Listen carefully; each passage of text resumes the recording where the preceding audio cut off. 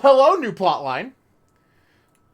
Despite the pleasant chill the AC brings, my shirt is clinging tightly to me, and my blanket is a tangled mess around my throat. What day is it? We don't know yet. Okay. He and his older sister were orphaned due to a hate crime, and they were forced to move to England where their grandparents lived. Yeah, that answers that question. He lived in New Jersey. Oh, Jesus. Okay. BC Green 2007, welcome, welcome. You have a quip command. I do. Despite the pleasant chill of the AC brings my shirt... Oh, yeah, we already read this. Morning's not even rhymed, and yet... Way too early for this thing, man. And too long. Too long since I've woken up drenched in my own sweat, head littered with thoughts that are soon gone as my eyes open. All too often, only imprints and brief images are left to haunt me for the rest of the day, or until my mind forgets about it. Egad, whichever comes first. Yet, vivid or not, what little I can do, what little I can remember, does not matter. Regardless, the desperation sticks, clawing up, pushing, urging me to relive every moment, every sensation, and... There's a twinkle in Ma's eyes when she looks up from work, flour dusting her nose and cheeks. The scent of... Oh, God, we're really gonna... Is this the... Oh, this is like the exact same thing. He reaches up to wipe the small beads of sweat away from his forehead before gesturing for me to come closer. The moment he spots me on my little hiding place behind the door, expecting to be angry, but his pat on my back when I come within arm's reach is encouraging enough. We'll have to taste these first before we put it up for sale tomorrow. You up for a little man? Is it good enough? Words, guys. It's so hard. A knock cuts to the air before I can answer. Sharp, heavy, demanding, familiar. So distantly familiar. Ma ushers me in the kitchen when Pa moves to answer it, but I know. I know what waits outside. The taste of blood in my mouth sends an unpleasant churning in my gut. Jesus. Ma's apron crinkles under my tight grip. Something snaps back into place. My bed remains in utter disarray. The walls still need a new paint job, and the wall clock ticking opposite my bed is as unsettling as ever. Ash is right. I should have replaced that when I had a chance. You're no longer there, Zachary. Here and there are miles apart. Calm down. Breathe. That sucks, dude. The pressure of my own fingers against my temple is a welcome sensation over the anxiety gripping me. It never really did anything to stave off the headache. Sure to follow after this, but it grounds me. A little reminder that I am safe away from the place I called home, from Ma and Pa's. The urgency with every rap that follows finally chases away the ghosts that are threatening to hang around. Why anyone thinks it's a good idea to knock on someone's door this late confuses me. Nana would just chase him away with the broom if she was here. No matter. It's a welcome break from the dots about to take a morbid turn if I left festering. It's probably just Ash anyway, looking for a place to crash. Looking for a place to crash. Wonder of wonders why he's bothering with the courtesy when he never did before. Even with that hunch, though, habit compels me to check who it is first, or the people. Better safe than sorry, I'd say. Except the person that greets me on the other side ain't him. Unless his hair grew longer overnight and started wearing a ponytail, of course. Which I highly doubt will happen anytime soon, no matter how funny it looks in my head. I waste no time opening the latches. Isabella, it's late. Oh, fuck. When is this? There's something I can't quite pinpoint in her eyes when she looks up. Her face a pallid shade, shoulders tense, breathing heavy, and an uncontrollable shaking in her hands she's trying to hold back. Hide, if I didn't know better. Hey, Zach. Sorry, I know it's weird for me to show up at this hour, but you are the closest to my office, and... No. It's perfectly fine. I'm not really working on anything right now. Yeah, he's sleeping. Do you want to come in? Is it alright? I know you should be sleeping at this hour, but I thought... Yeah, I'm guessing, like, timeline-wise, it's the 24th? So it's, like, right after the office stuff. I'm sorry, I just thought... I have no idea why I went here. My feet just moved on their own after I got out of the office, and... Sorry. She trails off, her voice lost in the muggy night air. I wait for her to say more, but instead her only response is a downward shift of her gaze, back to her still trembling hands as if the motion alone is enough of an explanation. A minuscule gesture. Easy to miss if one is not paying attention. But for someone who has seen the same expression on the mirror, done the same thing too many times, night terrors are inevitable. It is not. Hey, don't worry about it. At least you not. Ash just barges in and crashes on the couch whenever he feels like it. I swear that guy is one fine hairline away from being a criminal. Without waiting for an answer, I step away from the door, saunter over to the kitchenette. For a few good seconds, the only clinking of the plates can be heard above the constant tick-tock. Late as it may be for a snack, the familiar motions keep me occupied, striking my mind away from dangerous thoughts. Isabella's company is not unwelcomed either. Whatever her reasons for showing up here at such an hour doesn't matter. I'll be damned if I just turn her away, frazzled as she is. The door clicks shut behind her when she finally enters, feet scuffling softly against the tiled floor. In all the years I've known her, she's never once lost her ever upbeat spirit. Yet in this particular moment, as she stands in my doorway, holding her arms close to herself, it's as if I'm looking at someone completely withdrawn from the person I've come to know. Do you want to drink or eat anything? I haven't restocked my food stash yet, so ingredients may be a bit limited. But I'm sure I can whip something up with what I have here. Just water will do, please. Thanks, Zach. What? No additional food requests? He's mortified. That's new. I'll put something together for you anyway. Feel free to make yourself at home. You ain't exactly a new visitor here. Although my room's not at its most presentable right now. Sorry. New freelance gigs and such. Didn't have time to fix things up here lately. It's okay. I don't mind. Usually she'd have something more to say about that. A quip, a witty remark to provoke a laugh or two. Nothing from her this time. Only a weak smile before she takes a seat on the couch and silence stretches out until what we left hanging feels disconcerting. Before everything turns stifling and awkward, I continue to talk, if only to keep the dead air at bay. How's one supposed to keep a conversation going when the person you're talking to is like this? Anyway, gigs. Can you believe this one client we got? Boss had all my schedules shoot shifted after they caught wind of this couple buying a new property. Man, must be nice to have all the money in the world. The world itself moves for you, huh? She curled up on one side of the couch and hugging her knees close when I bring the tray carrying the sandwiches and water she requested. She starts to straighten up as I'm unloading the contents, pauses as soon as I hold my hand up in a halting You're gesture. a guest. Didn't I say you're free to make yourself at home? Here's your water. Careful.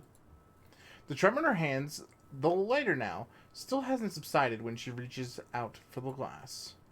I give her a questioning look, but she's quick to avert her eyes, keeping herself occupied by taking small gulps of water.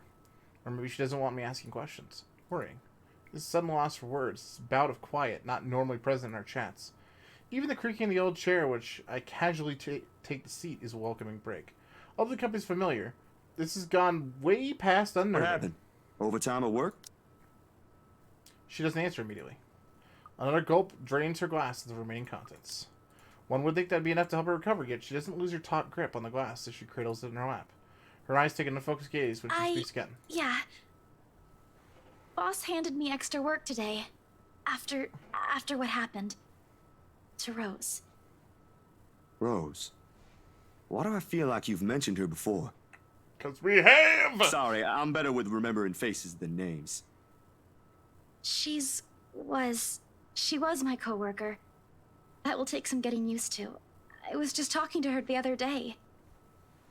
Was? Did she resign or something? I think I'm missing a few details here, Bella. You've never met her. I think I did mention her once or twice. It doesn't matter. You probably heard her name recently from the news than me. Something quick, then. A little memory from the night before. The bright red light from the dark room, the strong order of the stop bath, the television's barely audible murmur in the background, and glimpse of a bloody room. News is everywhere, even in the morning it falls. I just didn't think it's effective to strike someone this close to me. Damn. I didn't mean to bring that up. No, like I said, it'll take some getting used to, but it'll get better. I hope it will. Things might become a little busier for me, though. She left a lot of things unfinished, and I'm one of the few people in the office who knows how she works. Boss thinks the transition will be easier if I handle it. That explains it. Well, just don't forget you still need rest. Even the most hardworking people I know don't keep hours as late as this. Yeah. So, here's an interesting thing, chat. Because like I said, I was talking to Aiden, right? This is the route if she lives. This is the route if she dies. Also, hold on. Did you say 2% on Hannah? Okay. Crazy. Hell, the subway stopped running hours ago. Crime rate might be lower here than most places, but that doesn't mean you can walk around freely in the middle of the night. It's just for today. Still a good thing you dropped by here first. I'm not just about to let you walk out here alone, especially not in the middle of the night. Who knows what else could happen? I'm not saying you should go right now, but I could accompany you home if you... No! Wait, please! The vehement tension in her voice makes me pause. It's for the instant the master she's been keeping up falls apart, if only for a short while. Rimuru, welcome to the stream. Hope you're doing well. Welcome, welcome. Right then and there, I understand what's hiding behind her unfocused stare for the moment she arrived. Fear. Pure, unadulterated fear. It's disturbing to see such marring her usual upbeat, what is that? Countenance? I can't say the word! With a sigh, I cross the small distance separating us and kneel in front of her. She doesn't flinch when I do so. However, the way she appears to make herself smaller against the couch is telling enough. Bella, this ain't just about your coworker, is it? It's about the little What is chip! it really about? I'm all ears. Set of glass shattering, rents through the air as her hold on it loosens. Span of a few seconds, her breathing glows labored. I don't know. I don't know anymore. It's a ghost! She claps her hands over her ears, pressing it tightly against the side of her head. Wow, words are so freaking hard right now. Her voice grows weaker with each word, each plea coming out of her mouth. Please don't leave me alone. I don't want to be alone right now. I don't blame you. I can't shake it off. Everywhere's not safe and... Hide, Isabella. Look at me, look at me. My hands are firm on her shoulder when I pull her up to look at me. It takes every force of will to ignore the terror in her eyes in favor of taking control of the situation. Too close, Breathe. too similar. Breathe. You're safe here. Inhale, hold, exhale. Stay in the present. I'm here. No one's gonna hurt you. Do you want to talk about it? The force with which she shakes her head is enough reason to drop the topic No altogether. more. Please. No more. I don't want to remember anymore. Kate, no more talking. I won't ask anymore. Can I get you anything? Another glass of water? I think I have a tub of that pistachio ice cream you love so much. We're gonna have to clean this mess first. Will you be fine on your own for a little while? She nods lightly before retreating into herself again. No more words are exchanged after that. I take that as my cue to start cleaning the shards littering the floor before either one of us gets hurt. The quiet hum of the AC is a pleasant distraction as I go over the menial task. I hate this noise. This noise is driving me nuts. More so than her ragged draws of breath or my little feeble attempts to tell a quick story or two. But the latter does the trick, and soon enough she's already drifted off by the time I return with the promised glass of water, her chest rising and falling in a steady rhythm. The straight of her shoulder is gone. Frankly, I've never seen her this still. She mumbles something I don't quite catch when I carry her over to the empty bed, and hugs herself tighter around the mess of blankets. In spite of the fact that she appears relaxed, the small frown on her face hasn't quite disappeared. Whatever happened to her won't be leaving her anytime soon. But for her sake, I hope it won't stay with her long. There's still questions left to be answered. But at this late hour, coupled with sudden exhaustion, made my old couch a comfortable bed, a more comfortable bed than it is typically. Darkness immediately welcomes me as my head hits the makeshift pillow. Okay, now we have dates. Oh, so it was 25th. So it was like midnight-ish that she hit this. And then, okay. I can only wish the dreams will keep at a distance for now. For both of us. First few notes, while muffled, are enough to wake me. In the end, because one of those nights when sleep passes like a blink and is plagued with fuzzy thoughts. I lift a hand to rub away the drowsiness from my eyes, although it does little to relieve the gritty, burning sensation from my eyelids. Outside, the sun has yet to peek over the horizon, but night has already given way to a cool morning light, washing everything in subtle gray hues. At this hour, the entire city remains unstirring. Ordinarily, waking up to my own alarm means abusing the snooze button once or thrice to catch those precious extra few minutes of sleep. But the persistent ringing makes it impossible now. This better be good. Groggily, I scramble for the bag sitting at the foot of my bed. The ringing hasn't stopped even as I fish out the phone, and Ashton's name flashes brightly on the screen when I turn it on. Must be pretty urgent if he hasn't dropped the call Took you yet. long enough, Z-Man. Ashton, it's 6 in the morning.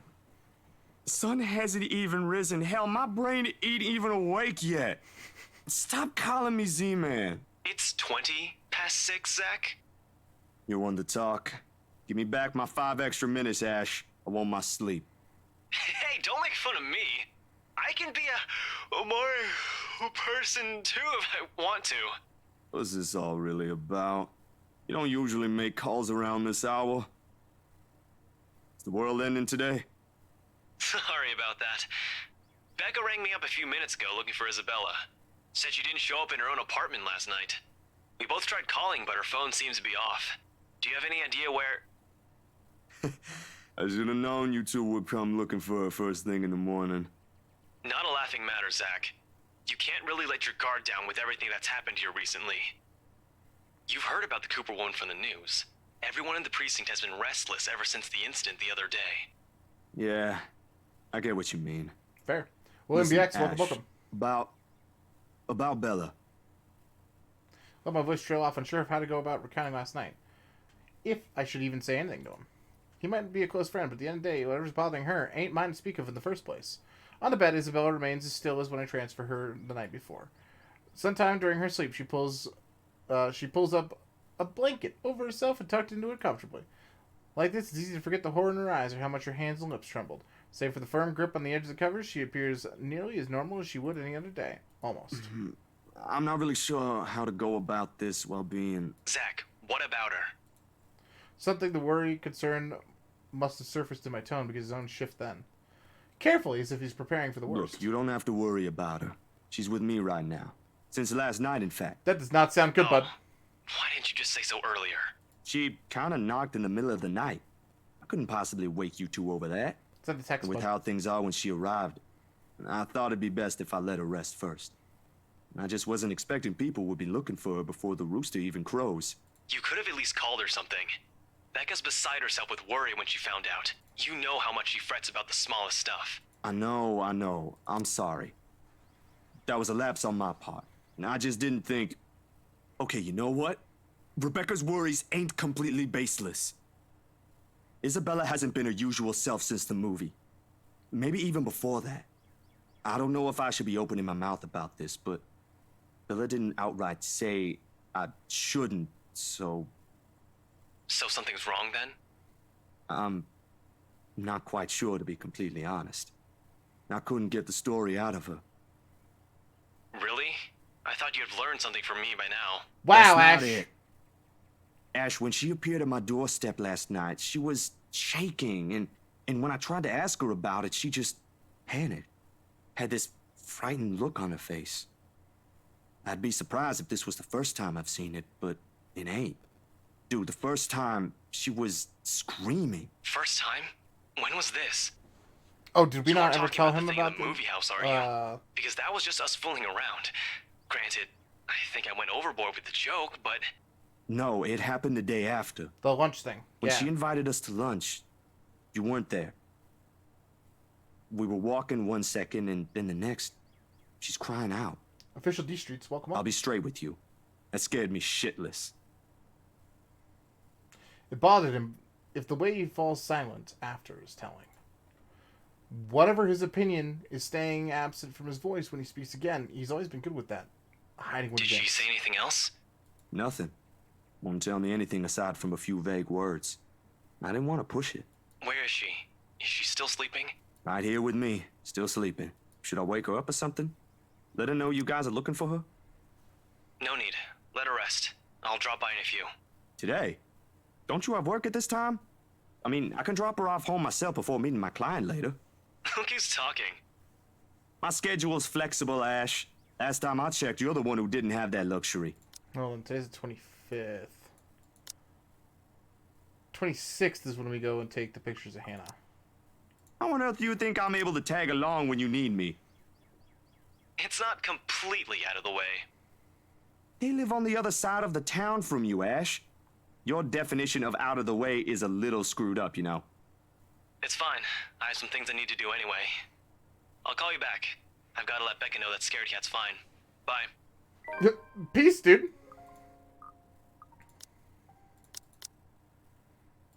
Think. This is a good place to save, chat.